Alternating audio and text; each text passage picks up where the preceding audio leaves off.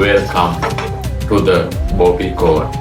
You're listening to the Bobby Code, the cold voice of Bobby. වර්ෂ 1912 ගිම්හාන කාලය.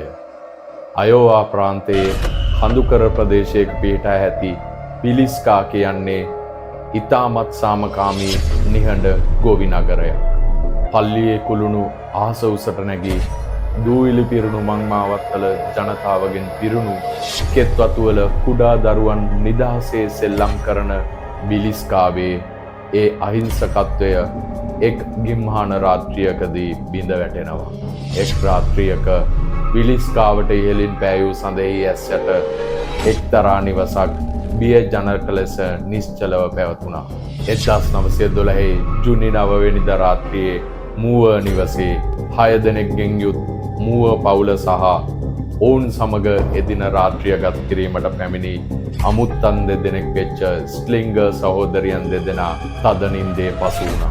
මෙම සාමකාමී රාත්‍රිය සියවසකට වැඩි කාලයක් පුරාවට ලේ වැගිරෙන අභිරහසක් ඉතුරු කරමින් වචනයෙන් කිව නොහැකි භීෂණයකින් බිඳ වැටෙනු ඇතැයි ඔවුන් කවුරුවත් එදා සිතන්නට නැතුව ඇති. මේ එම ඛේද ජනක කතාවයි.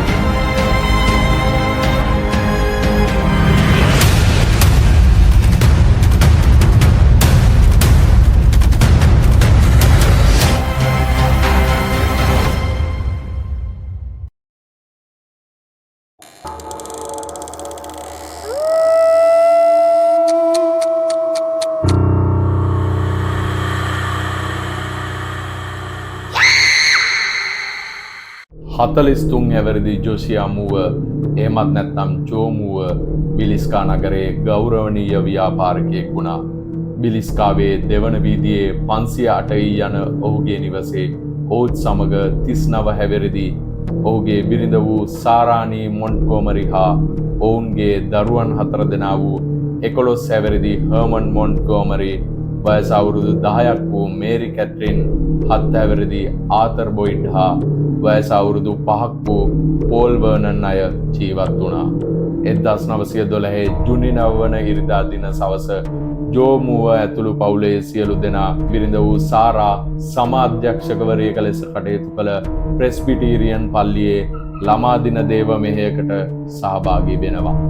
දේව මෙහෙයේදී මුව පවුලේ දියණිය වන මේරි කැත්රින් ඇගේ හෙළියන් දෙදෙනෙක් වෙච්ච 8 හැවිරිදි ඉනා හා 12 හැවිරිදි ලීනා ගර්ට්‍රූඩ් ස්ලිංගර් යන අයට එදින රාත්‍රියේ ඔවුන් සමග ඔවුන්ගේ නිවසේ රාත්‍රිය ගත කරන ලෙසට ආරාධනා කරනවා. ප්‍රදේශයේ වැදගත් පවුලක් හා තම මිත්‍ර පවුලක් වන මූව පවුල සමග රාත්‍රිය ගත කිරීම සම්බන්ධයෙන් ස්ලිංගර් දෙමාපියන්ගෙන් නම් ඔවුන්ට කිසිම බාධාවක් වුණේ නැහැ. රාත්‍රී 9:30ට දේව මෙහෙය අවසන් වෙනවා. මූව පවුල ස්ලිංගර් සහෝදරියන් සමග රාත්‍රී 9:45 අතර කාලයේ තම නිවසට පැමිණියා. මූව නිවස ආසන්නයේ තමයි පල්ලිය පිහිටා තිබුණේ. රාත්‍රී භෝජනයෙන් පස්සේ මූව නිවස සිනහවෙන් හා උණුසුමින් පිරී යන්නට වුණා. රාත්‍රී ආහාරය ලබා ගැනීමෙන් අනතුරුව සතුටු සාමිච්චියකට පස්සේ හොඳ නින්දක් ලබා ගැනීමේ අරමුණෙන් ඔවුන් සියලු දෙනාම තම තමන්ගේ නිදන කාමරවලට පිවිසුණා. ජෝ මූව සහ ඔහුගේ බිරිඳ උඩුමහලේ ප්‍රධාන නිදන කාමරයේද, ඔවුන්ගේ දරුවන් 4 දෙනා උඩුමහලේ තවත් කාමරයකද, ස්ලිංගර් සහෝදරයන් දෙදෙනා පහළ මාලයේ අමුත්තන්ගේ කාමරයේද විවේකීව තම නින්දට සූදානම් වුණා. නමුත් ඔවුන්ට නොදැනීම සියල්ල වෙනස් කරන දෙයක් සෙවණැලිවල සැඟවිලා තිබුණා.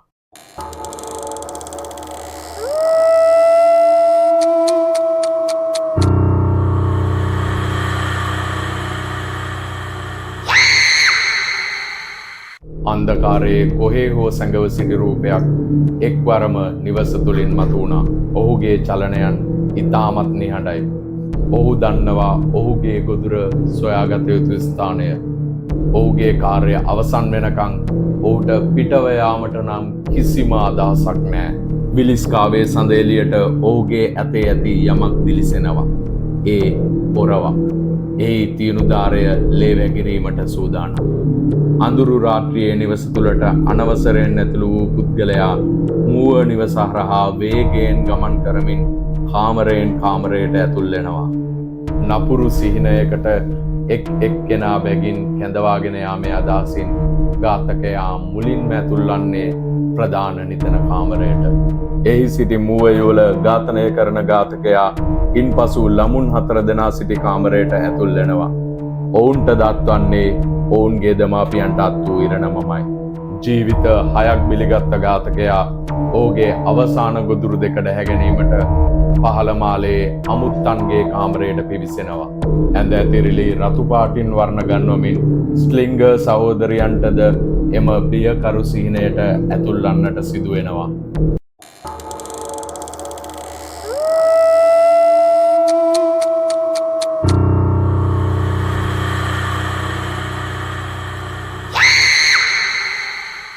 පසුදා උදෑසන එනම් ජුනි 10 වන දින මුව නිවස නිහඬව තිබෙද්දී නගරය හෙමින් අවදි වෙනවා.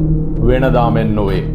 මුව පවුලේ කිසිම කෙනෙක් පිටතට නොපැමිණීම මුව නිවසේ අසල්වැසි මේරි පෙක්හැම්ගේ සැකයට භාජනය වෙනවා.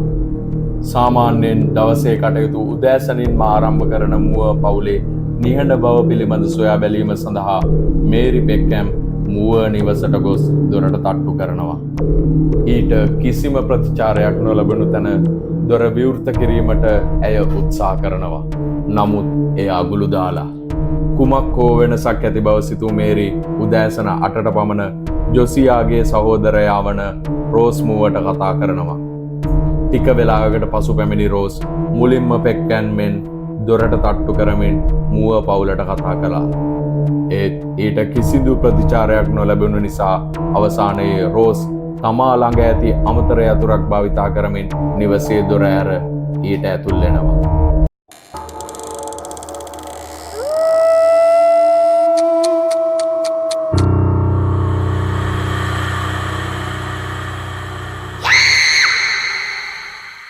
නිවස අඳුරු හා නිශ්චල වුණා. පෙක්කැම් ආලින්දේ සිටියදී රෝස් කාමර පරීක්ෂාව සඳහා පිටත් වුණා. මුලින්ම අමුත්තන්ගේ නිදර කාමරයේ දොර විවෘත කළ රෝස්ට දැක ගැනීමට හැකි වුණේ ඇඳම් මත මැරී සිටින ඉනා හා ලිනාගේ මල සිරුරු දෙකයි. වහාම පෙක්කැම්ට විලිස්කාවේ ප්‍රාථමික සාමනිලධාරී පෝටන්ට ඇමතුමක් ලබා ගන්නා ලෙස දැනුම් දුන් රෝස් උඩු මහලට යනවා. ඔහුට මුලින්ම හමුවන්නේ ප්‍රධාන නිදන කාමරය. තම ඇඳ මත හඳුනාගත නොහැකි ලෙස සිදු වූ හානි සහිතව මැරී වැටී සිටින තම සහෝදරයා වූ ජෝගේ සිරුර හා ඔහු අසල ඉතා කුරු ලෙස ඝාතනය කරලා තියෙන සාරාව ඔහුට දැක ගැනීමට ලැබෙනවා. ඝාතකයා ඇඳ ඇතිරිලි වලින් ඔවුන්ගේ හිස් ආවරණය කරලා තිබුණා. ඒ වගේම නිවසේ කණ්ණාඩි හා ජනෙල්ද ඇඳ ඇතිරිලි හා රෙදි යොදා ගනිමින් ආවරණය කරලා තිබුණා. තවත් එක් කාමරයක් ඉතුරුයි. දරුවන්ගේ කාමරයට ඇතුල් වූ රෝස් ලෝකයම කම්පා කරන දර්ශනයක් දකිනවා. ඒ තම ඇඳන්වල අමුවේ ඝාතනයට ලක් වී සිටින ළමුන් 4 දෙනා.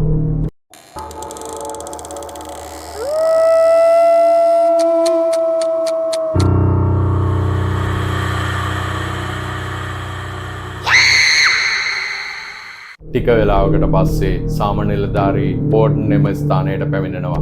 ඔහුටත් දැක ගැනීමට හැකිවන්නේ ඉතා කුරිරු ලෙස අමානුෂිකව ඝාතනය කරලා තියෙන මුව පවුලේ 6 දෙනා සහ ස්ලිංගර් සහෝදරියන් 2 දෙනාගේ මල සිරුරු. මිනිමැරුම් සඳහා භාවිතා කළ අවිය වූ ජෝමුවට අයත් පොරවක් අමුත්තන්ගේ නිදන කාමරයේ ලේවලින් තෙත්වී පිත්තියට හේතු කර තිබියදී හොයා ගන්නවා. ඊට අමතරව නිවසේ අට්ටාලයෙන් පාවිච්චි කරන ලද සිගරට් දෙකක් හොයා ගන්නවා. සිරුරු පරීක්ෂා කරන ලද වෛද්‍යවරුන්ගේ නිගමනය වුණේ ඝාතන සිදුව ඇත්තේ මධ්‍යම රාත්‍රියේ සිට අලුයම 2-5 අතර කාලයේ විය හැකි බවයි. අට්ටාලේ තිබූ පාවිච්චි කරන ලද සිගරට් දෙකෙන් ඔවුන් නිගමනය කළේ ඝාතකයා මුව පවුල සහ අමුත්තාන් නිදා සිටිනකන් ඉවසිලිවන්තව අට්ටාලයේ සිට ඇති බවයි. ඝාතකයා විසින් ජොසියාට වෙනත් ඕනෑම ගොදුරකට වඩා පොරෝ පාරවල් ප්‍රමාණයක් එල්ල කරලා තිබුණා. ඔහුගේ මුහුණ සම්පූර්ණයෙන්ම විනාශ වී කුඩා කෑලි කෑලිවලට කැපී තිබුණා. ජොසියාට පහර දීමේදී එසවූ පොරෝ පහරක් සිවිලිමේද වැදී ඇති බව ඔවුන්ට එහිදී දැක ගැනීමට ලැබුණා. ඝාතකයා විසින් ජොසියාට හා සාරාට භාවිතා කර තිබුණේ පොරවේ තලයයි. අනෙකුත් වින්දිතයන්ට පොරවේ මොට කෙලවර භාවිතා කර තිබුණා.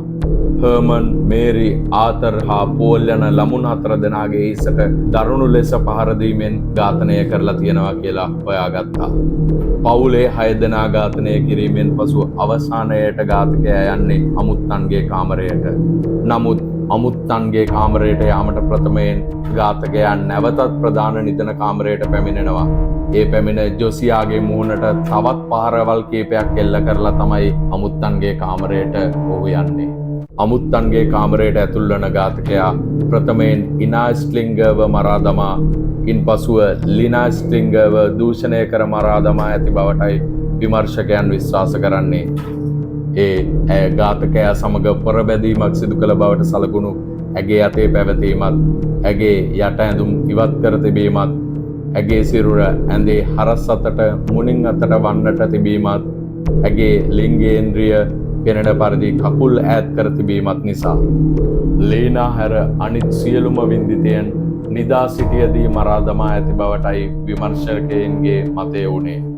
ඒ වගේම සෑම ඇඳකම පාමුල භූමිතෙල් ලාම්පුවක් චිමිනිය ඉවත් කර ඇල්ල අඩු කර තබා තිබුණා. ඒ වගේම නිවසේ සියලුම කණ්ණාඩි හා ජනේල රෙදි හා ඇඳුම් භාවිතයෙන් වසා තිබුණා. ඒ වගේම පොලිසිය තවත් දෙයක් සොයා ගන්නවා.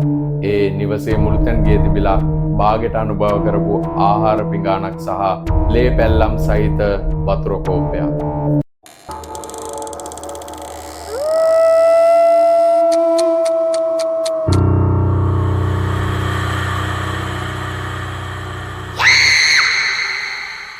මූලික පරීක්ෂණ වලින් පස්සේ සිද්ධිය නැරඹීම සඳහා ඒ වන විටත් නිවස අසලට රැස් වෙලා සිටපු ජනතාවට නිවසට ඇතුල් වීමට පොලිසිය අවසර ලබා දෙනවා. නමුත් මොකද වුනේ? මිනිත්තු කිහිපයක් ඇතුළත නිවස නගරවාසීන්ගෙන් ඉරී ගියා. පැමිණි පිරිස අපරාධ ස්ථානයේ ඔබ මොබ යමින් සාක්ෂි විනාශ කරමින් එම ස්ථානය සම්පූර්ණයෙන්ම දූෂණයට ලක් කරා. සමහරු ජොසියාගේ හිස් කබලේ කොටස් සිහිවටන ලෙස තබා ගැනීමට සොරකම් කළා. තවත් සමහරුන් මිනී මැරුම් අවිය හසුරුවමින් සිටියා. ෂෙරිෆ්ට එම ස්ථානය පාලනය කර ගැනීමට නොහැකි තත්ත්වයකට පත් වුණා. පෙරවරු 9ට පමණ ප්‍රාන්ත මරණ පරීක්ෂක ආචාර්ය ලින්ක්විස්ට් අපරාධ ස්ථානයට පැමිණෙනවා. ලින්ක්විස්ට් අපරාධ ස්ථානය නැරඹීමෙන් පස්සේ එම දිනවල රාත්‍රී නගර සේවයේ යුක්තව සිටි හෝටන් හා ෂෙරිෆ් ජැක්සන් හමු වී ඔවුන් එක් රැස් කර තොරතුරු සමාලෝචනයට ගන්නවා. නමුත් නගරවාසීන්ගේ නිරන්තර පැමිණීම විමර්ශනවලට බාධාවක් වන හේන් ජාතික ආරක්ෂක ඒකකයේ කැඳවන ලෙස ලින්ක්විස්ට් ෂෙරිෆ්ට උපදෙස් දෙනවා. ඒ උපදෙස් මත පෙරවරු 10:30ට පමණ ජාතික ආරක්ෂක බලකාය පැමිණ මිනිසුන් පිටතට යාමට සලස්වා අපරාධ ස්ථානය ආරක්ෂා කරනවා. දහවල් වන විට ලින්ක්විස්ට් විසින් මරණ පරීක්ෂක ජූරි සභාවේ සමාජිකයන්ට එම ස්ථානයට පැමිණෙන ලෙස දැනුම් දෙනවා. නමුත් ඔවුන් පැමිණෙන්නේ තවත් හෝරා කිහිපයකට පස්සේ. ස්ථානීය පරීක්ෂණ කටයුතු අවසන් වීමෙන් පස්සේ රාත්‍රී 10ට පමණ ඔවුන් ප්‍රාන්ත නීතිඥ රැඩ්ක්ලිෆ් අමතා සිරුරු ඉවත් කර ගැනීමට අවසර ලබා දුන්නා. සියලුම කටයුතු අවසානයේ මල සිරුරු එම ස්ථානයෙන් ඉවත් කර ගන්නා විට පාන්දර 2ටත් ආසන්නයි. ඒ කියන්නේ අපරාධය වෙලා ආසන්න වශයෙන් පැය 24කුත් ගත වෙලා.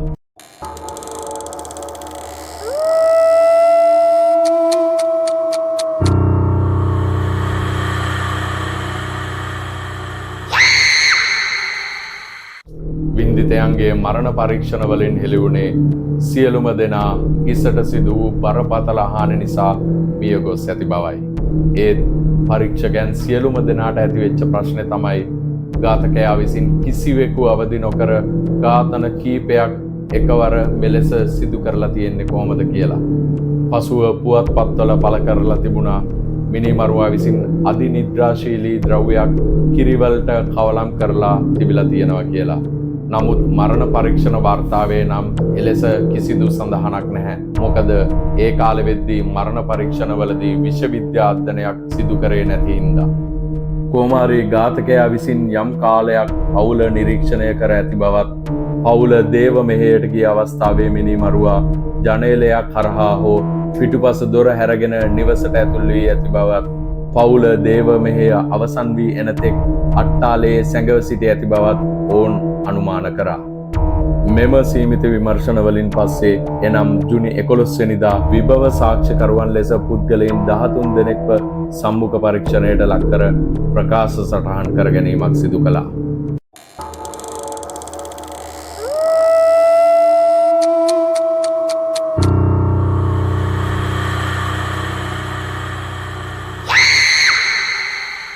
කාලයත් සමග විවිධ සාක්ෂි මත පදනම්ව බොහෝ සැකකරුවන් ප්‍රමාණයක් මතු වුණා.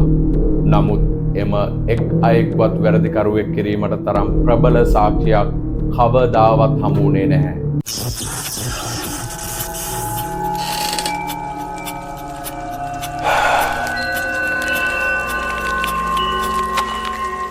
Frank F. ජෝන්ස් බිලිස්කා නගරයේ පදිංචිකරුවෙක් මෙන්ම අයෝවා ප්‍රාන්තයේ සෙනට් සභකයේ ජොසියාමුව තමාගේම ව්‍යාපාරයක් ආරම්භ කිරීමට කලින් ෆ්‍රැන්ක් යටතේ තමයි වසර ගණනාවක් සේවය කරලා තියෙන්නේ.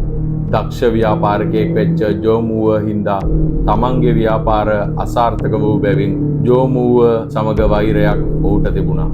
ඒ වෛරය තවත් වැඩි වුණේ ෆ්‍රැන්ක්ට හිමිව තිබූ අතිසාර්ථක ජෝන් ඩියර් ඩීලර්ෂිප් එක ජෝමුවට ලැබීමත් ෆ්‍රැන්ක්ගේ ලේලිය සමග ජෝ ලිංගික සම්බන්ධයක් පැවැත්වූ බවට කටකතා පැතිරීමත් නිසා.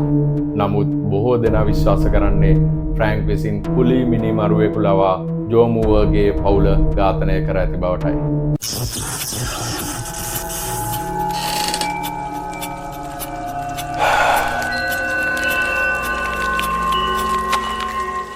බොහෝ දෙනා විශ්වාස කරන විදියට සෙනට් සභික ෆ්‍රැන්ක් ජෝන්ස් විසින් මුව පවුල ඝාතනය කිරීම සඳහා හිටපු එක්සත් ජනපද හමුදාවේ ෆෝර්ට් ලෙන්වර්ත් වල හමුදා නිලධාරියෙකු මෙන්ම අපරාධකරුවෙකු ලෙස සුප්‍රසිද්ධ ඉන්සේන් බ්ලැකී හෙවත් විලියම් මෑන්ස්ෆීල්ඩ් කුලියට අරගෙන තියෙනවා. බ්ලැකීට බොහෝ මිනිමැරුම් චෝදනා තිබුණා. බිලිස්කා මිනිමැරුමට මාස 9කට පෙර කොලරාඩෝ ස්ප්‍රින්ග්හි මේ හා සමානවම පොරෝ මිනිමැරුම් ඝාතනයක් වාර්තා වුණා. තවද කැන්සාස් වල එල්ස්වර්ත් හා පාවලා ගම් දෙකේද මේ හා සමානවම පොරෝ මිනිමැරුම් ඝාතන දෙකක්ද වාර්තා වෙලා තිබුණා. ඊට අමතරව 1911 ඉඳන් 1912 දක්වා දකුණු පැසිෆික් දුම්රිය මාර්ග ආශ්‍රිතව පොරෝ මිනිමැරුම් මාලාවක් සහ නිව් ඕලියන්ස්හිද පොරෝ මිනිමැරුම් මාලාවක් වාර්තා වෙලා තිබුණා. එම මිනිමැරුම් වලින් කොලරාඩෝ ස්ප්‍රින්ග්හි සිදු වූ ඝාතනය මෙම විලිස්කා ඝාතනයට බොහෝ සෙයින් සමාන වුණා. ඔවුන් නිවස ඇතුළතදී පොරවක් යොදා ගනිමින් මරා දමා තිබුණා. ඒ වගේම ඇඳ ඇතිරිලි ඒ වගේම නිවසේ තිබූ ඇඳුම් වලින් ඔවුන්ගේ හිස් වසා නිවසේ කණ්ණාඩි හා ජනේල වසා දමා තිබුණා. කැන්සාස් නගරයේ බර්න්ස් රහස් පරීක්ෂක ඒජන්සියට හා රහස් පරීක්ෂක ජේම්ස් නිව්ටන් විල්කර්සන්ට අනුව මෑන්ස්ෆීල්ඩ් බිලිස්කා ඝාතනවලට වසර දෙකකට පෙර එනම් 1914 ජුලි 5 වන දින ඉලිනොයිසි බ්ලූ අයිලන්ඩ් වලදී තම බිරිඳ කුඩා දරුවා හා බිරිඳගේ දෙමාපියන්ව පොරවක් යොදා ගනිමින් ඝාතනය කිරීම සම්බන්ධයෙන් ප්‍රධාන සැකකරු වෙනවා. තවද විල්කර්සන් විශ්වාස කරන්නේ බිලිස්කා ඝාතනයට දින 4කට පෙර කැන්සාස්හි පාවෝලාවල සිදු කරපු පොරෝ ඝාතන හා ඉලිනොයිසි ඕරෝරාවල ඝාතන සඳහාද මෑන්ස්ෆීල්ඩ් වගකිව යුතු බවයි. විල්කර්සන්ගේ විමර්ශනවලට අනුව මෙම ඝාතන සියල්ලක්ම ඉතාමත් සමාන අන්දමින් සිදු කරලා තිබුණා. ඒ වගේම තවත් විශේෂ දෙයක් වෙන්නේ එම අපරාධ සිදු වූ රාත්‍රීන් වල එම අපරාධ ස්ථානවල මෑන්ස්ෆීල්ඩ් හිටපු බවට තමා සතුව සාක්ෂි ඇති බවට විල්කර්සන් ප්‍රකාශ කරලා තිබුණා. සෑම ඝාතනයකම වින්දිතෙන් අමුවේ පොරවකින් කපා කොටා ඝාතනය කර ඇති අතර නිවාසවල කණ්ණාඩි හා ජනේල රෙදි වලින් ආවරණය කරලා තිබුණා. ඒ වගේම ඇඳ පාමුල චිමිනි අයින් කර දැල්ල අඩු කර ලාම්පුවක්ද තබා තිබුණා. මෑන්ස්ෆීල්ඩ්ගේ ඇඟිලි සලකුණු ලීවන්වර්ත්හි ෆෙඩරල් හමුදා බන්ධනාගාර ගොනුවෙන් ලබාගත හැකි බව විල්කර්සන් දැන සිටියා. නමුත් කිසිම අපරාධ ස්ථානයකින් ඝාතකයාගේ ඇඟිලි සලකුණු නම් කවදාවත් හමු වුණේ නැහැ. තම සාක්ෂිවලට අනුව ජූරි සභාවේ ඒත්තු ගැන්වූ විල්කර්සන් නැවත 1916 දී පරීක්ෂණයක් ආරම්භ කිරීමට සමත් වුණා. එහි ප්‍රතිඵලයක් ලෙස මෑන්ස්ෆීල්ඩ් අත්අඩංගුවට ගන්නවා. අත්අඩංගුවට ගැනීමෙන් පසු මෑන්ස්ෆීල්ඩ් කැන්සාස් ඉඳලා මොන්ට්ගාමරි වෙත අරගෙන යනවා. නමුත් නඩුවාරය අතරතුරදී මෑන්ස්ෆීල්ඩ් නිදහස් කිරීමට ඔවුන්ට සිදු වෙනවා. ඒ ඔහුගේ ඇලිබි එක නිසා. මොකද විලිස්කා ඝාතන සිදු වූ දින වකවානුවේදී මෑන්ස්ෆීල්ඩ්ගේ රාජකාරී හා වැටුප් වාර්තා ඔහු එම දිනවල ඉලිනොයිසි සිටි බවට සාක්ෂි ඉදිරිපත් වූ නිසා. කොහොම හරි පස්සේ මෑන්ස්ෆීල්ඩ් විසින් විල්කර්සන්ට එරෙහිව අපහාස නඩුවක් ගොනු කරලා ඒකෙන් ජයග්‍රහණය කරලා $2225ක මුදලක් ජයග්‍රහණය කරනවා.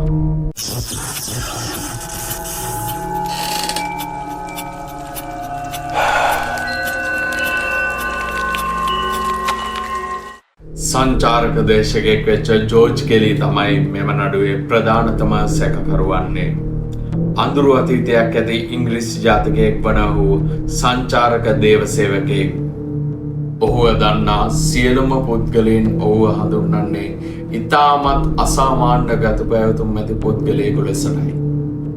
ඒ වගේම පොලිසියට වාර්තා වෙලා තියෙන තොරතුරු අනුව ජෝර්ජ් කෙලි කුඩා කාලයේ ඒ වගේම තරුණ වියේදී මානසික බිඳවැටීමකට ලක් වෙලා තියෙන පුද්ගලයෙක්.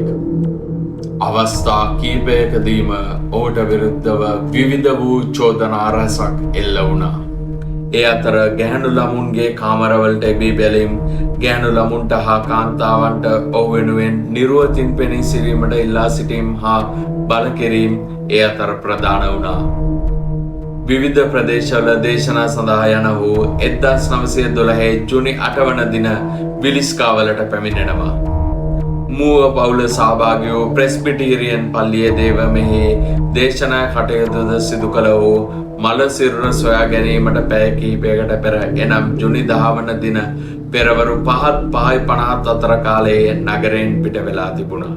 මිනී මැරුම් සිදු වූ රාත්‍රියේ විලිස්කා නගරයේ හා මූව නිවස අසල සැකසහිත ලෙස ඔහු ගැවසන ආකාරය බොහෝ දෙනා දැක තිබුණා. මිනී මැරුම් වලට අදාළ මූලික නඩුවේදී පූජ්‍ය කෙලි මිනී මැරුම් සම්බන්ධයෙන් පාපොච්චාරණයක් සිදු කළා.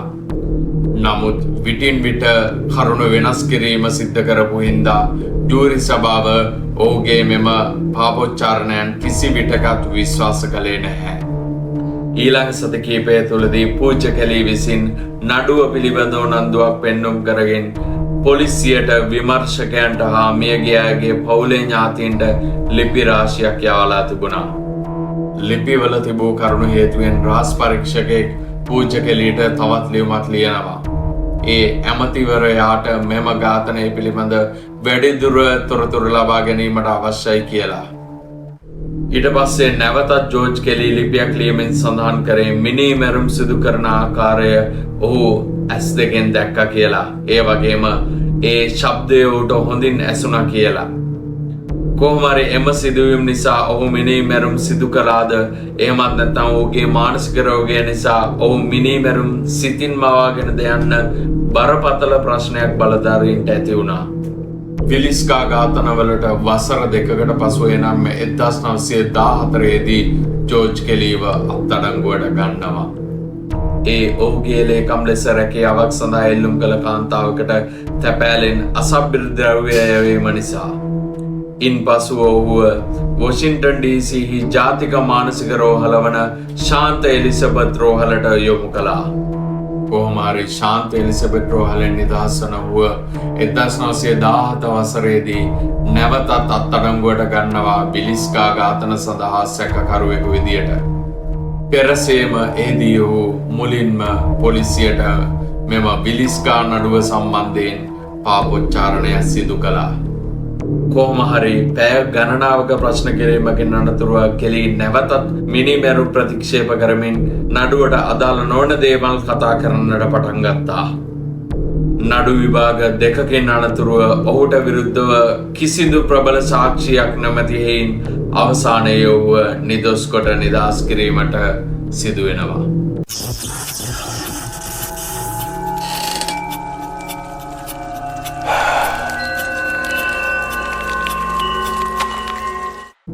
ජොසියාගේ මස්සිනාවන මොහු ජොසියාව මරා දමන බවට ප්‍රසිද්ධිය ප්‍රකාශ කිරීම හේතුවෙන් මොහුවත් මෙම ඝාතනයේ ප්‍රධාන සැකකරුවෙකු වෙනවා.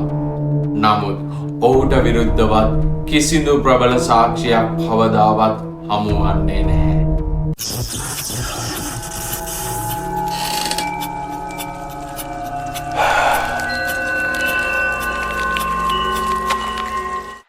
ඝාතන කීපයක සැකකරුවෙකු වන දාමඝාතක හෙන්රි මූර් කෙරෙහිද බිලිස්කා ඝාතන සම්බන්ධයෙන් සැක පහළ වෙනවා. ඔහුගේ පෙර ඝාතන හා බිලිස්කා ඝාතනයෙන් මාස කිහිපයකට පසු ඔහුගේ මව හා මිත්තණිය පොරවක් භාවිතා කිරීමෙන් ඝාතනය කිරීම නිසා. නමුත් ඔහුට විරුද්ධවත් බිලිස්කා ඝාතනය සම්බන්ධයෙන් කිසිදු ප්‍රබල සාක්ෂියක් හමු වන්නේ නැහැ.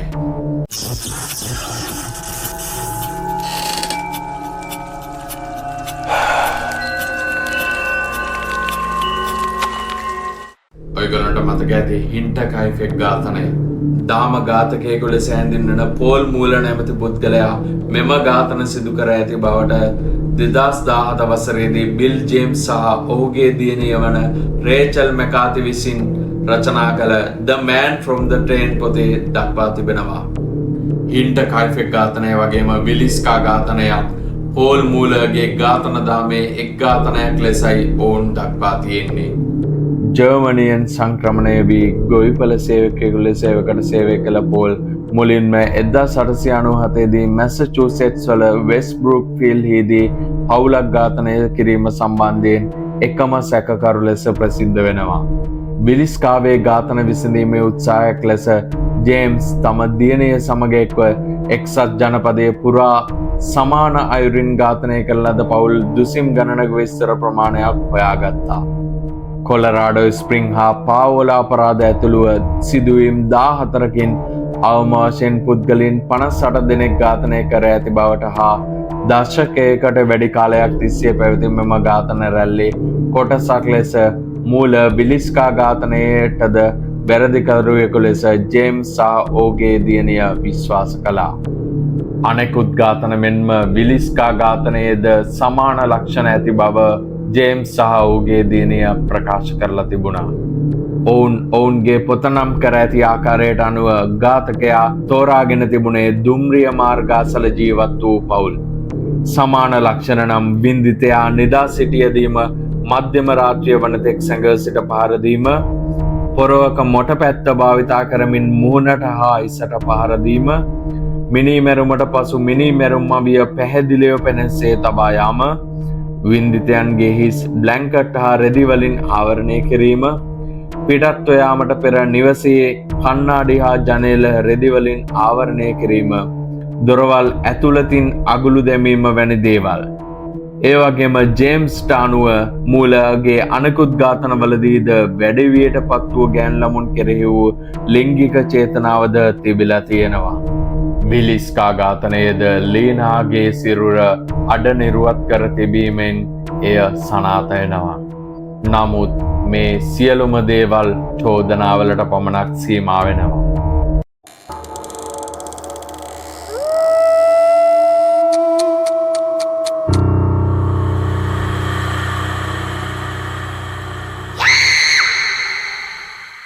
මාස අවුරුදු ගණන් ගෙවී යන විට විමර්ශනය ඇන හිටිනවා.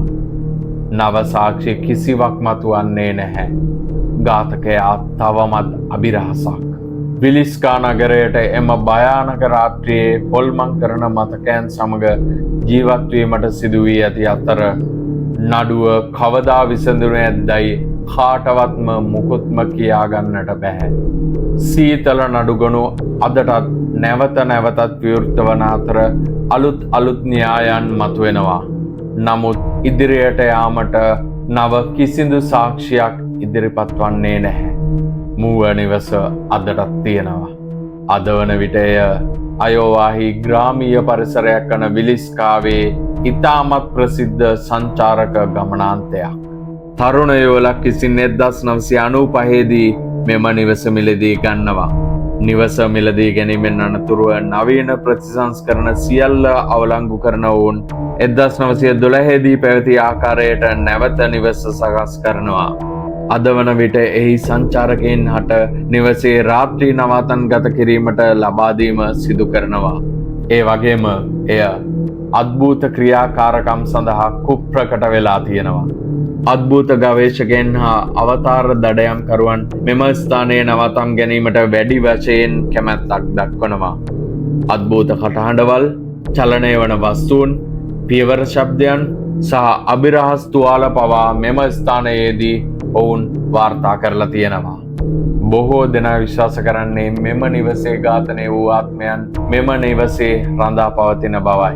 එහි විකුණුම් ලක්ෂය තමයි එම නිවසේ සිදු වූ භයානක සිදුවීම් හා බොහෝ දෙනා එම නිවසේ අවතාර ඇති බවට විශ්වාස කිරීම.